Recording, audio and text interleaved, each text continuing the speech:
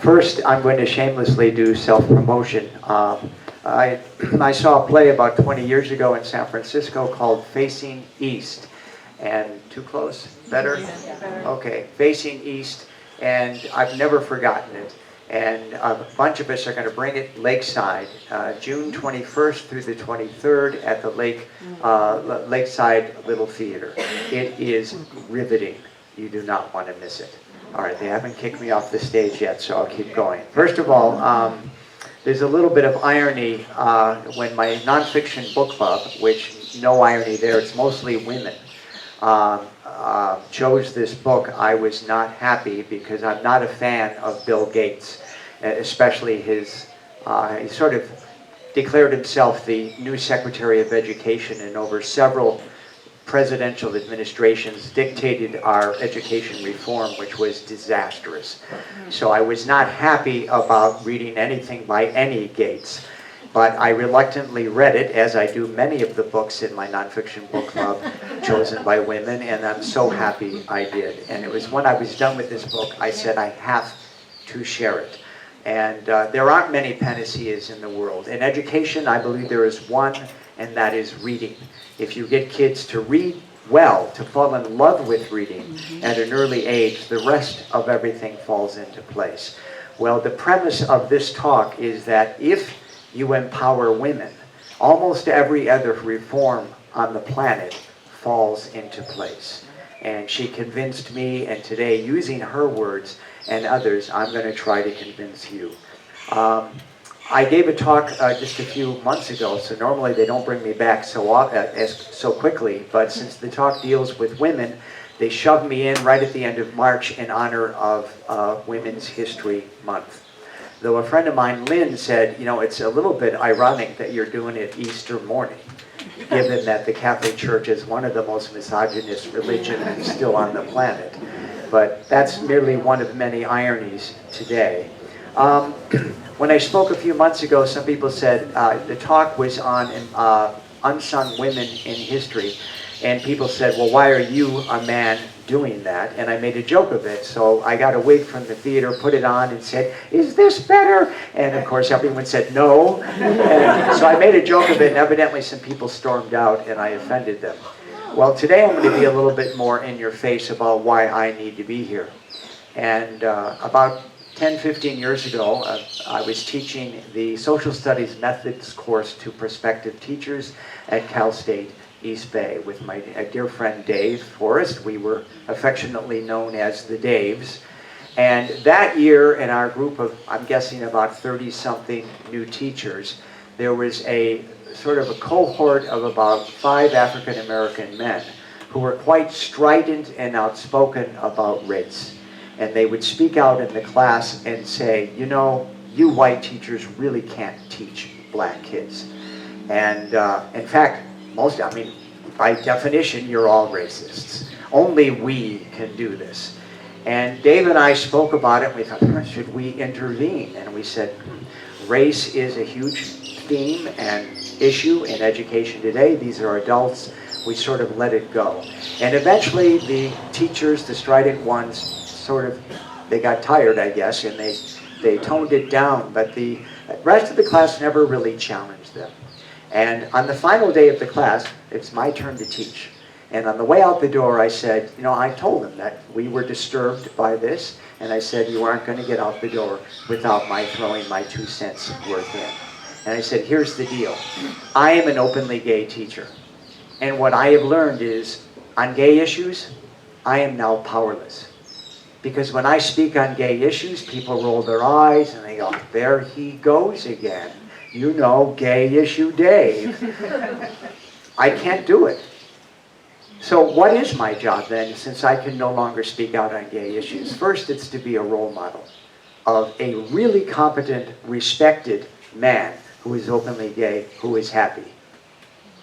I said, number 2, my job is not to dismiss all the straight teachers and say, you're all homophobes, and none of you can teach gay kids. My job was to train them, which I did as a mentor teacher. And the third thing that I needed to do is to realize, no, I can't speak on gay issues. But I can speak on the issues of people of color, because it's not my issue. And I can speak on issues of women, because I can't be dismissed. It's not my issue. But as I'm going to make clear today, oh hell yes it is. This is our issue. And I think in many ways it is the issue. I claim no expertise in this. Everything I'm going to share is because women didn't give up on me. They said, Dave, I can't believe you just said that, read this. And over many years, especially in my nonfiction book club, they've forced me to challenge my stupid ideas. And it's because they didn't give up on me that I am here today. We can't give up on each other. So I'm going to begin with something that actually Ellison shared with us in the Nonfiction Book Club. It's from India's Daughters from the New York Times, October 31st, 2023. It's the first part of a 4-part series. Nazreen Parveen decided to run for her life. At the same moment, she decided not to end it. She had made it all the way out to the ledge of the high window in her mother's house, her feet on the final dividing line between the solid world behind her and the drop into thin air in front. But as she prepared to jump, she looked out and received a stunning, seemingly impossible glimpse into the future. As Nazreen watched in horror, another girl her age jumped from the roof of a nearby house. The young woman plummeted to the ground, hit hard on her back, and then lay in the dirt, grievously injured. Nazreen decided that the step into thin air, the drop, and the dirt were not for her. But she was equally certain that she could not live the life that her family was trying to bind her to. Nazreen was just 16, but her family had already arranged an engagement for her to a cousin on her father's side whom she had never met before they were betrothed. The bruises that covered her body, inflicted by her future in-laws while she worked for them, she said, were evidence that a future of violence and pain lay before her. That another young woman attempted to take her own life in the same manner Nazreen was considering, and just seconds before Nazreen would have made her own attempt, was a coincidence that defied explanation. But it did more than save Nazreen's life at that moment. It offered a crucial opportunity for escape just a few hours later. I'll stop here in the interest of time. But it really struck me, if you're 16 years old and you look ahead at the life that is laid out before you, and you say to yourself, I would rather die, we've got a problem. And her story is not a very unique one. It's a 4-part series of this stalwart girl who struggles and negotiates. She runs away and then negotiates with her parents and says, I will choose my husband. And he will be someone who will allow me to continue to study and continue to struggle to get a career. No one should have to struggle like that or kill themselves. This is self-harm, by the way, is the 3rd leading cause of death among adolescent girls aged 15 to 19 worldwide. We've got a crisis. This is from another book from my book club, The Last Nomad, Coming of Age in the Somali Desert, by Shrugri Said Sal. And frankly, I think the editor probably changed the title because The Last Nomad will sell copies. The fact that she was from a nomadic family features in the book, but it's really the story of what it's like to be a woman in Somalia today. Now I'm just going to read I'm sorry, it's a pretty gruesome selection. Prior to this, I had heard about female circumcision, and some people said, oh no, it's female genital mutilation. And I said, well, that's going a bit far. I mean, we don't say when men are circumcised that it's male genital mutilation. And yeah, I think removing the clitoris is pretty awful, but mutilation? And then I read this. This is her, it's an autobiography. This is her remembering of her being mutilated. In Somalia, the clitoris is blamed for all humanity's troubles, the root of all evil. Female circumcision is a normal part of Somali culture. What's more, we looked forward to this rite of passage when we would join the ranks of clean girls. The belief that uncircumcised girls were dirty and not worthy of respect permeated every aspect of Somali culture. It began with mothers publicly shaming toddler girls for accidentally showing their uncircumcised parts, and continued with the open praising of young women for being circumcised, subservient, and obedient. I glanced at the woman restraining me. The woman on my right was holding my right leg firmly open, but her body was angled toward me so that I had a direct view of her face. She was squatting in a way that unwittingly revealed her vagina to me. Shocked by what had just flashed into my view, I studied her more closely in the few seconds I had before the knife cut me. Her genitalia were completely butchered. It appeared as if someone had chopped her with a knife held perpendicular to her vagina and cut her up like the rungs of a ladder. Pieces of her skin that looked as if they had been fried in hot oil hung loosely from her vagina.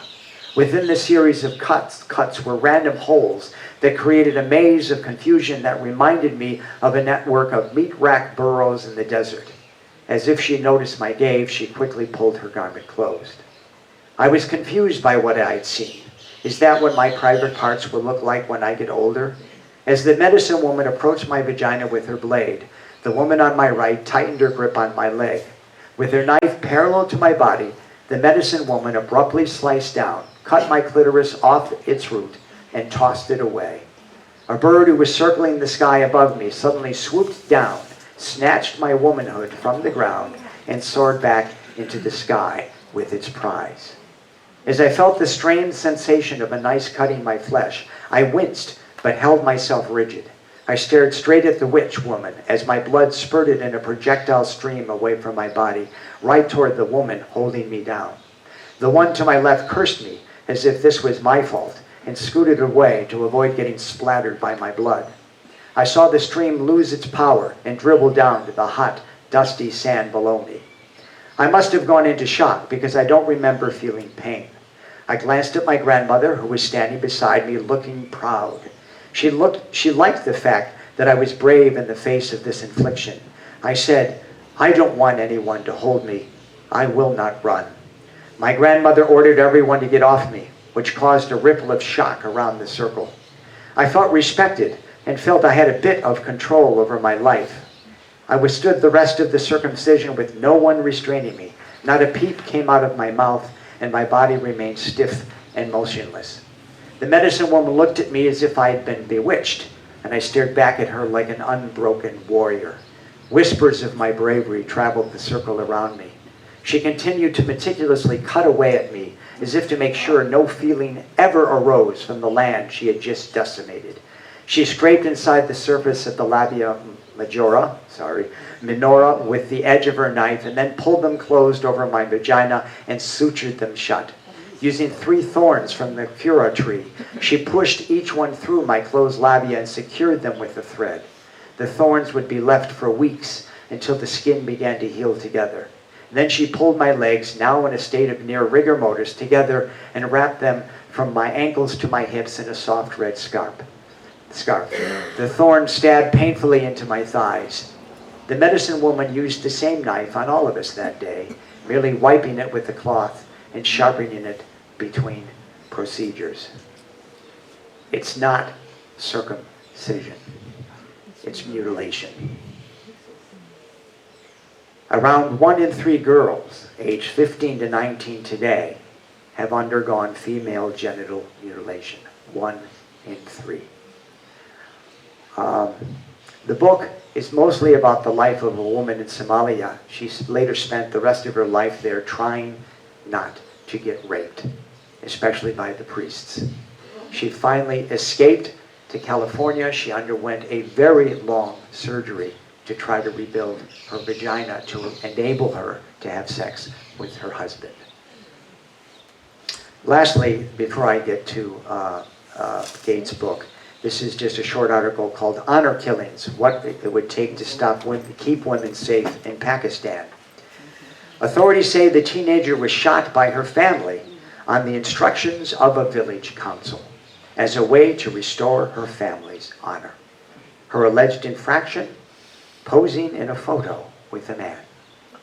Hundreds of Pakistani women are murdered every year in so-called honor killings, homicides committed because the women in question are judged to have transgressed social mores through indecent behavior, thus bringing shame on their families. In many instances, honor killings are triggered by rumor or doctored evidence, and few perpetrators are ever convicted. One woman or girl is killed by someone in her own family every 11 minutes. I thought, I was talking about this talk and someone said, that's horrible, but, can we condescendingly go into a country and say, your culture is wrong? And that poses a dilemma. But Melinda will give us a way. The way is to educate and empower women, involve the male leaders, and then ask them what they dream for their children, and they will come to the right conclusion. I don't want to give the impression that I'm speaking about just a few rogue countries on earth. Over 380 million women and girls are living in extreme poverty. That's more than the entire population of the United States, living on less than $1.90 a day. 3/4 of new HIV infections among adolescent girls aged 10 to 19, 3/4 of new HIV infections among adolescents aged 10 to 19 occurred among girls worldwide. By the way, I worked for 2 years for the San Francisco AIDS Foundation, and I learned to my horror, in many African countries, the most dangerous thing a young girl can do is get married. Because before she's married, she still has sexual rights. After she's married, they're all gone. And so then the men go out, get HIV, bring it home, not allowed to defend herself. And that's why women are bearing the brunt of HIV worldwide. Women earn just 77 cents for every dollar men earn. They make up 75% of the world's workforce, work 2/3 of the world's working hours, produce the majority of the world's food, but earn only 10% of the world's income. They own less than 1% of the world's property. Women hold only 21% of the world's parliamentary seats, and only 8% of the world's cabinet ministers are women. In the United States, only 29% of the House of Representatives is comprised of women, and in the Senate, 25%. And of course, we still have not had a woman president, but Mexico is about to get one. All right, let's get to The Moment of Lift by Melinda Gates, How Empowering Women Changes the World. And I changed the order that she deals with in the book, but one of the things she addresses head on is childhood marriage. More than 41,000 girls under the age of 18 marry every day. Some as young as 7. 12 million girls under 18 are married each year. Around 650 million women across the globe were married before the age of 18. In Nigeria and Chad, over 70% of girls are married before the age of 18. I'm quoting Melinda. In all the ways that equal partnership is elevating, childhood marriage is degrading. It creates a power imbalance so vast that abuse is inevitable. In India, where some girls' families still pay dowries, even though dowries are illegal, the younger the girl is, and the less educated she is, the lower the dowry her family often pays to marry her off. In these cases, the market makes it clear that the more powerless the girl is, the more appealing she is to the family that receives her. They don't want a girl with a voice, skills, or ideas. They want an obedient and defenseless servant. Girls who marry young are much more likely to drop out of school, complete fewer years of education than their peers who marry later. They are more likely to have children at a younger age and are exposed to a higher level of violence perpetrated by their partner. In turn, this affects the education and health of their children, as well as their ability to earn a living. Can you see how everything is sort of domino effects with the abuse of women? And this is why it'll become very clear. Empowering woman truly is a panacea. Education. 129 million girls are out of school. Women make up more than 2/3 of the world's 796 million illiterate people. Children of mothers with no education are 3 times more likely to die than those with mothers who have secondary education. Every extra year a girl spends at school could reduce childhood mortality by 10%. This is from quote from Melinda. Sending girls to school leads to greater literacy, higher wages, faster income growth, and more productive farming. It reduces premarital sex, lowers the chance of early marriage, delays first births, and helps mothers plan how many children to have and when. Mothers who have had an education do a better job learning about nutrition, vaccination, and other behaviors necessary for raising healthy children. This is from Melinda. The most transforming force of education for women and girls is changing self-image of the girl who goes to school. That's where the lift is. And I remember a quote by Susan B. Anthony, we aren't trying to convince the men. We're trying to convince the women. When I taught, I used to harangue my female students, and I say, here's the truth. You are the first generation of young ladies on the planet who can aspire to be anything you want to be. That's never happened before in the history of this planet, and for most women on the earth, it still eludes them. Please do your homework. Anyways, Melinda spoke about inclusion in business. One thing that really struck me, and of course they had data from the Gates Foundation, she said work groups, where they get all the professionals together to work to solve a problem or whatever. She said study of work groups that included at least one woman outperformed all male groups in collective intelligence tests, and group intelligence was more strongly correlated to gender diversity than to the IQs of the individual team members. Add a woman to your team and everyone rises. Now, the United States is one of the only 7 countries in the world that do not provide paid maternity leave, joining the company of Papua New Guinea, Suriname, I'm mispronouncing them, and a handful of other island nations. This is startling evidence that the United States is far behind the rest of the world in honoring the needs of families. Melinda was outspoken also about her own struggles with Bill and earning an equal seat at the table with him in the Gates Foundation. And I believe it wasn't even originally named the Bill and Melinda Gates. She had to fight to get her name on it and to get an equal seat at the table. And she did succeed. But then she ended up divorcing him for his philandering and his close association with Epstein. Creepy stuff. Anyways, this she began the book with, and I think it's one of the most important things that she mentioned, and that is contraception. She was at a childhood vaccination clinic, and she was a woman intent on educating herself. She traveled the world and asked questions of the women. And they'd come and she said, is there anything else we can do for you? And everywhere she went, they had the same thing. They said, please give us contraception. If we have no control over how many kids we have and when we have them, I mean, look, I've got this kid, I'm getting vaccinated. I couldn't afford another child. This child is doomed my family to poverty. This child is doomed to a life of poverty. This is not what I wanted. Help. Pregnancy is the #1 cause of death for teenage girls. One of the women said to her, if I ask my husband to wear a condom, he will beat me up. It's like I'm accusing him of being unfaithful or getting HIV, you think? Or I'm saying that I was unfaithful and got HIV.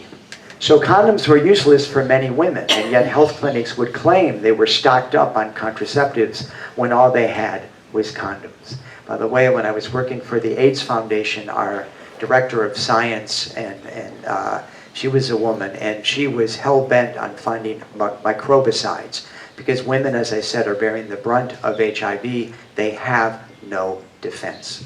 And if they could be given a tube of an ointment that could protect them, it would be life-saving. Last I heard, they hadn't succeeded. When women in developing countries space their births by at least 3 years, this is, I want to show you the Panacea effect, or the domino effect. And by the way, Melinda's made this very clear. She said, I looked at my own life and realized everything I had accomplished was founded on the idea that I was able to choose if and when I had a child. Oop, not now, I want to go get my master's. She said, if I had no power there, where would I be today? She said, when women in developing countries space their births by at least 3 years, each baby is almost twice as likely to survive their first year, and 35% more likely to see their 5th birthday. The mothers who took contraceptives were healthier, their children were better nourished, their families had more wealth, the women had higher wages, their sons and daughters had more schooling. No country in the last 50 years has emerged from poverty without expanding access to contraceptives. No country. As a result of contraceptive use, there were 26 million fewer unsafe abortions in the world's poorest countries in just 1 year, according to the most recent data. So I gotta say, pro-lifers should be at the front of the train for contraception. Not pro-lifers, pro-lifers saying, you want to avoid abortions? Yeah. Increase access to contraceptions. The percentage of women using contraceptives is lowest where the prevalence of child marriage is highest. Begin to see a pattern here. And low use of contraceptives by girls is deadly. For girls aged 15 to 19 around the world, the leading cause of death is childbirth. Quote, I began to see it as central, as the first priority for women. When women can time and space their births, maternal mortality drops, newborn and childhood mortality drops, the mother and baby are healthier, the parents have more time and energy to care for each child, and families can put more resources toward the nutrition and education of each one. There is no intervention more powerful, and no intervention that has become more neglected. Contraceptives are the greatest life-saving, poverty-ending, women-empowering innovation ever created. Period. Now I have to praise Melinda. I am a former Catholic, or I should say recovering Catholic. She is an outspoken devout Catholic. Now what do you do if you are a Catholic woman saying that the Catholic teaching on contraceptives is wrong? And she debated this. She was a very shy introvert, and for her to become an outspoken person on any issue was a real challenge for her. And she debated and she debated. She said, I must. And listen, she did not mince words. Quote, the damage that has been done, the damage that has been done to the image of women in the minds of the faithful as they've attended religious services over the centuries and been taught that women are, quote, unqualified to serve God on equal terms. You can see she went after not just contraceptives, but the whole idea of religion used as a tool to oppress women. Quote, and all, I can't believe she's put this in writing, and she knew that this would give her an immense backlash, and she said, I'm doing it anyways. Quote, and all male unmarried clergy cannot be expected to have the empathy for women and families that they would have if they were married, or if they were women, or if they were raising children. The result is that men make rules that hurt women, Women around the world who are trying to reshape their faith, who are wresting the interpretation of Scripture from the grip of male monopoly, are doing some of the most heroic work for social justice and economic opportunity in the world today.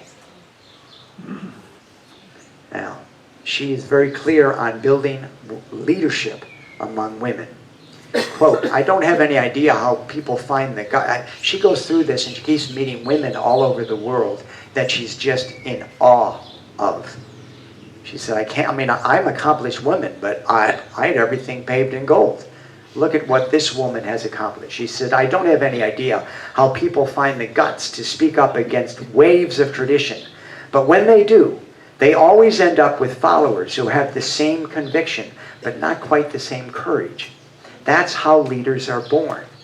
They say what others want to say, and the others join them. That's how a young woman can change not only her life, but her culture. Quote, we are witnessing something so significant.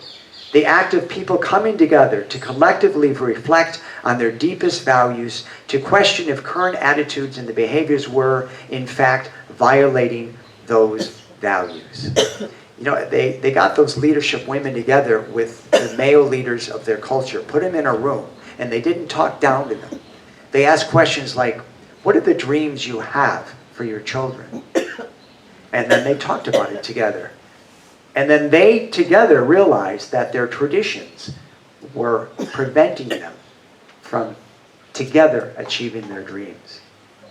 To me, that is a sacred act. The people in the group make all their decisions together based upon their vision for the future and the rights of everyone. Quote, we thought we were running an HIV prevention program, but we had stumbled onto something more effective and pervasive, the power of women coming together, finding their voices, and speaking up for their rights. We'd begun funding women's empowerment. By coming together and sharing their stories, they gained a sense of belonging, and the sense of belonging gave them a feeling of self-worth. And the feeling of self-worth gave them the courage to band together and demand their rights. They were no longer outsiders. They were insiders. They had a family and a home, and slowly they began to dispel the illusion that society imposes on the disempowered. That because they are denied their rights, they have no rights. That because no one listens to them, that they are not speaking the truth. In a country where no one would touch them, these women touched each other. And in that small society of acceptance, they began to discover and recover their dignity. And from their dignity came the will to demand their rights, and in asserting their rights, they were able to protect their lives and save their country from catastrophe. Quote, whenever you include a group that is excluded, you benefit everyone. And when you're working globally to include women and girls, who are half of every population, you're working to benefit all members of every community. Gender equity lifts everyone. From high rates of education, employment, and economic growth to low rates of teen birth, domestic violence, and crime, the inclusion and elevation of women correlate with the signs of a healthy society. Empowering women is the panacea. Women's rights and society's health and wealth rise together. Countries that are dominated by men suffer not only because they don't use the talent of their women, but because they are run by men who have a need to exclude. Until they change their leadership or the views of their leaders, those countries will not flourish. No single change can do more to improve the state of the world. The correlation is as nearly perfect as any you will find in the world of data. If you search for poverty, you will find women who don't have power. If you explore prosperity, you will find women who do have power and use it. If you want to lift up humanity, empower women.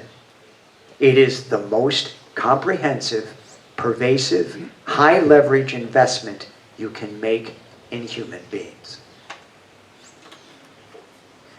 Now, another friend of mine, Sevilla, said, well, you should mention my faith, the Baha'i faith. And so she sent me some links. You can see how women did not write me off. They educated me. And this is a quote. "The world of humanity has two wings.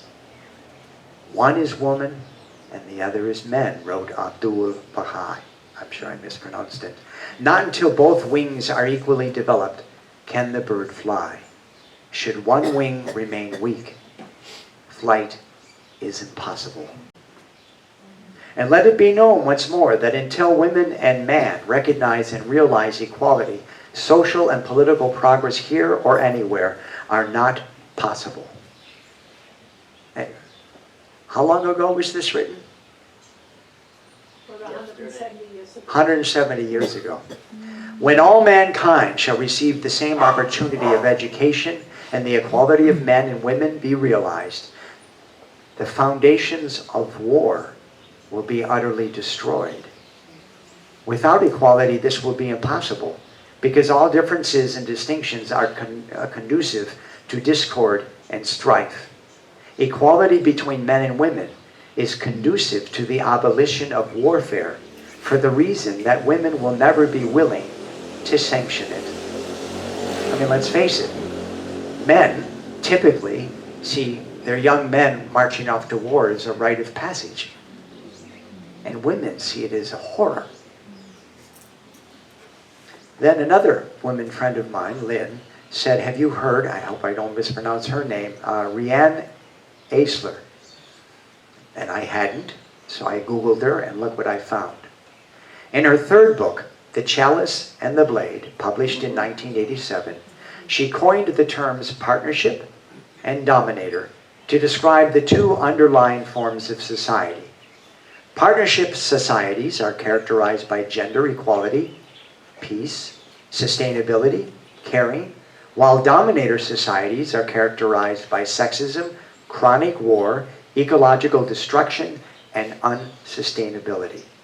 According to her research, which references the work of several acclaimed archaeologists, for millennia, human societies were built on partnership, in which human capacity to give, nurture, and sustain life was held in the highest regard, and shared responsibility was the gold standard. The fall into domination occurred around 6,500 years ago, and women have been struggling to regain their rightful place ever since.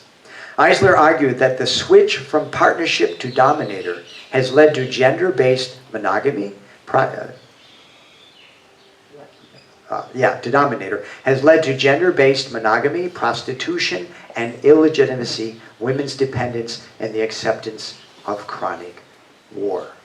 And of course, I am from a country that now seems to embrace chronic war. I just saw a movie that is currently playing called Cabrini. I never heard of the woman, and I walked out of the theater saying, my God, how could I never have heard of this woman? And I'm no spoilers here, I'm just going to, some quotes really struck me. She said, we're going to create an empire of hope. And she founded 67 missionary institutions to serve the sick and the poor throughout the world. She took on the mayor of New York City, the archbishop, and the pope. And at one point, the mayor grudgingly admits, all right, you got me. And he pours her a drink and says, you know, you should have been a man. And she turned to the camera with him behind and she says, oh no, men couldn't do what we do. And then she ends, what kind of world do you want? And what are you willing to do to achieve it? Final word to Melinda Gates. And this is where she goes way beyond women's rights. I've been saying from the beginning of this book that equality can empower women, and empowered women will change the world. But in the end, I have to confess that for me, equality is a milestone. It is not the summit. The supreme goal for humanity is not equality, but connection. People can be equal, but still be isolated, not feeling the bonds that tie them together. Equality without connection misses the whole point. When people are connected, they feel woven into each other. You are part of me and I am part of you. I can't be happy if you're sad. I can't win if you lose. If either of us suffers, we suffer together. This blurs the borders between human beings. And what flows through those porous borders is love. And there's a member of my meditation group that meets here on Mondays, Barbara, who always talks about the pervasive power of love that surrounds us. Love is what makes us one. It ends the urge to push the other out. That is the goal. The goal is not for everyone to be equal. The goal is for everyone to be connected. The goal is for everyone to belong. The goal is for everyone to be loved. Love is what lifts us up. We have shed our false boundaries. We can love without limits. We see ourselves in others. We see ourselves as others. That is the moment of lift. Thank you, Melinda Gates.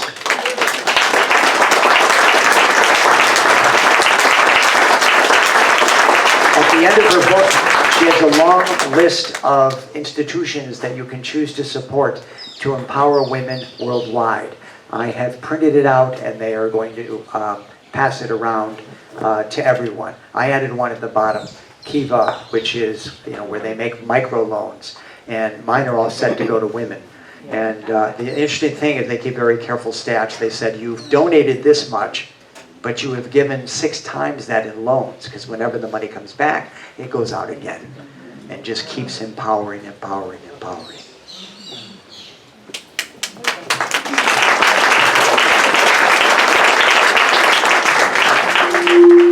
Questions for him? Mike hold it close, stand up if you can.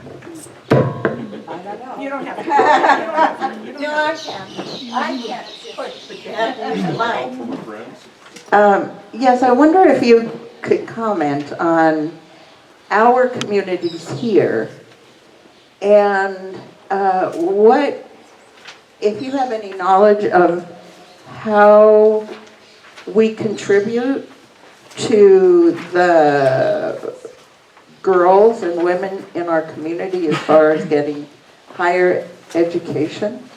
Could that be something that could be improved so the young girls in our community can rise up above waitressing and housekeeping?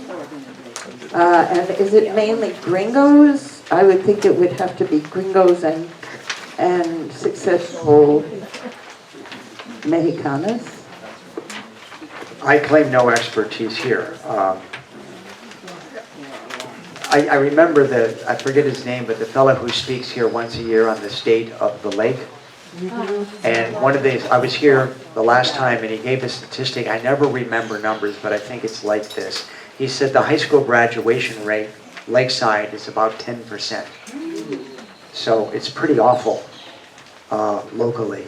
And I used to teach English out in Niscala and San Pedro, where the high school graduation rate is really much lower. But there's a woman there named Anita Torres, who works under the umbrella of Poco a Poco, and talk about a saint and a strong-willed leader, and she grooms young women all the time. And just by her very presence, she role models for women everywhere. I will say this, that I think, you know how Puerto Vallarta is sort of a gay mecca? I think Ajijic is becoming a gay mecca for retirement. And every time we're here, for example, we were worried when we came here, what will our gardener, who we kept on in our house, when he realizes the new owners are a gay couple, and he just came over the first day and said, "You're good people." But every day we're here, and I think it's similar to what Melinda says. Whenever you lift up any group, you lift up all groups. And I just think, local Mexicans are very accepting of us expats being gay, but if their own child comes out, that's another story. But if their child comes out, and then they remember Edgar and me, that's a big help. And so I think our presence here and the fact that so many Mexicans are meeting highly educated and very successful women, just your very presence here has to be a pretty strong statement. But I would actually defer to I've been here full-time 3.5 years. Many of you, I'm sure, have more experience than I. David? David, Please stand up and so the next president of Mexico, as you pointed out, is highly likely to be a woman. What are your thoughts? turn it out. Like that? Yeah. What are your thoughts on how that new president of Mexico will influence the deeply seated machismo in this country? I think just her presence there sort of gets the house of cards tumbling down, frankly. Having said that, I want to say some people said when Barack Obama was elected, we said, okay, therefore, we've arrived, racism is over. And no. And so I don't think we should see, there aren't many panaceas, and having a woman president isn't a panacea, just as having Barack Obama as president is not a panacea. On the other hand, think of the role model he was for every African American kid. And so it was a huge step forward, but certainly I'll just make a guess, she's going to care a lot more about women's issues than other. I think of one of my heroes that I spoke about in Unsung Women's in history, Theodora in the Byzantine Empire, who pretty much ran it while her husband Justinian was away fighting the wars, and she made women's issues front and center. So yes, getting women in positions of power makes all the difference. So yeah, I'm curious to see where she takes it. On the other hand, if she comes out the gate, screaming women's rights, what's going to happen to her? There she goes again. Do you understand? And so it's a two-edged sword. If it takes a woman to win the battle, we need to get men speaking out.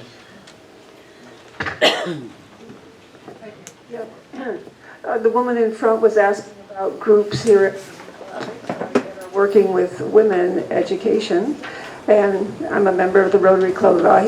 We've been promoting a program here. It's called Nina. Say it again, because Nina Sabias. It's run by. Say it again. It got broke up. Nina Sabias. Oh, niñas sabias, which means wise girls. Wise girls. Niñas sabias. And it's a program teaching pre-puberty girls about their menstrual cycle and teaching them to be proud of themselves as a woman. And what they're seeing is from this 10-hour class, they re-emerge with confidence, they stay in school longer, and it's changing how they present themselves in the world. And so it's a local group, Ninas Sabias.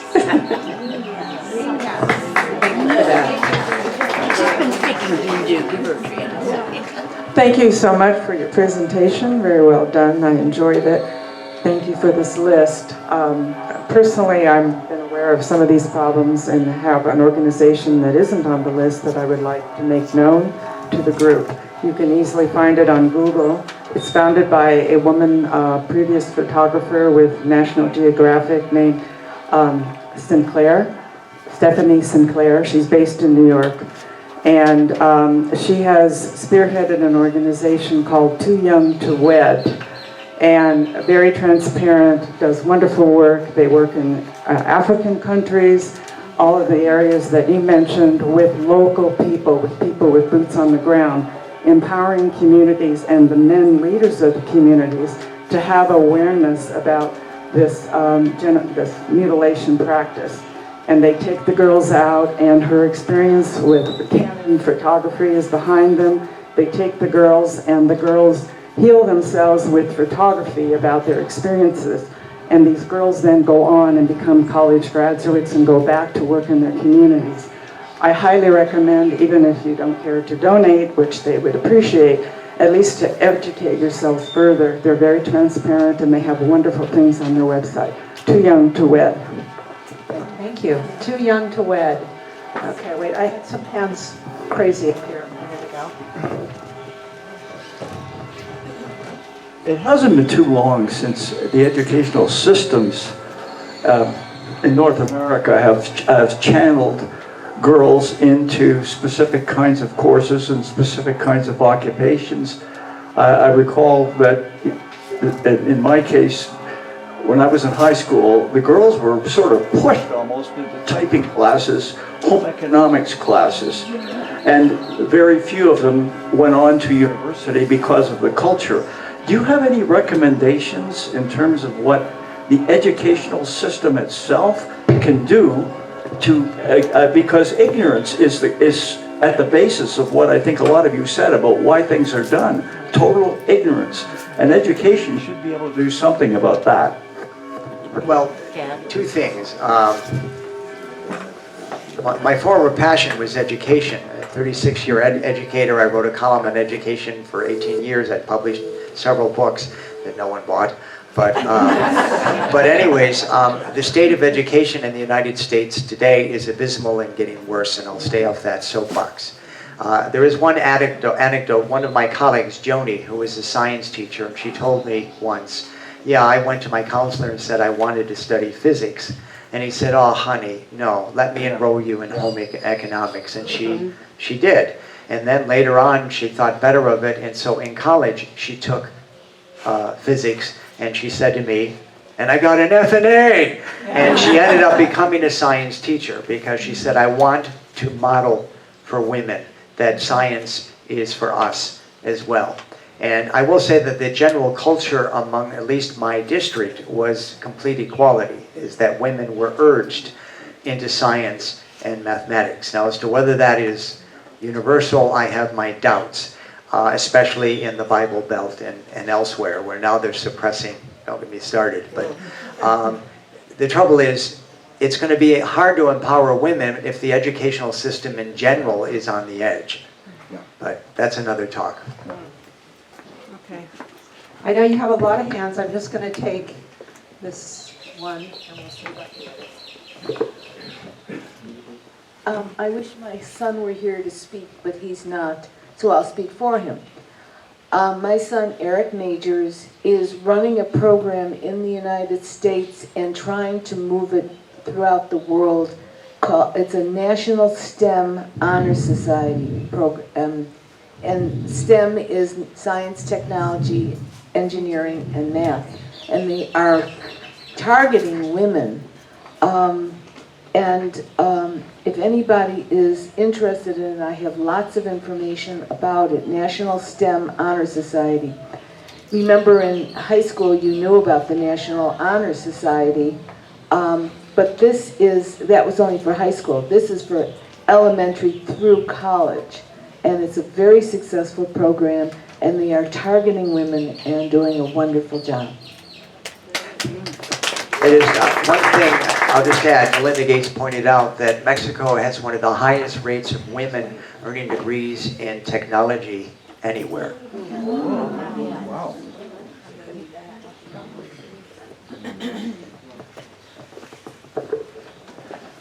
Just in further support of what you're saying, is a wonderful African saying that when you educate a man, you educate an individual. When you educate a woman, you educate a community. And I thought that was just very appropriate for today's talk. I agree. Thank you. Okay. There's so many of you. I think I have to leave in a moment, so somebody might have to take this over. Just one comment. The current federal administration, 60% are women. Administration where? The federal government In Mexico. in Mexico, 60% are women. Also, the Electoral College enforced that some of the candidates right now, they should be women, like 50-50. Mexico will show us up. Again. Again, and it's not hard to do. I'm taking over for Pat. She's got to leave. Thank you, Kat, for all you do. Thank you, Melody. thought we just. Okay, I'm coming over here. Over here. Stand up and put your mic like this. Just one simple question. Have you ever known of a woman who started a war? I don't personally, but I think I know that there's the story of Nzinga in the Congo, I believe, who when the Portuguese were oppressing them, she was the warrior queen. So I don't want, but in that case, I mean, they had to stand up to the Portuguese slave trade. And so I don't know. I think to say that universally, whenever women have been in power, that there's never been war, I don't think that's true. However, I'm very convinced that if we have women in power, we will have far fewer wars. And there's a lot of evidence to back that up. Hello. I want to tell just a little quick short story about something that I was happy to, sorry, thank you. Several years ago, well, many years ago, I think it was 1984, the Citizens Party ran the candidate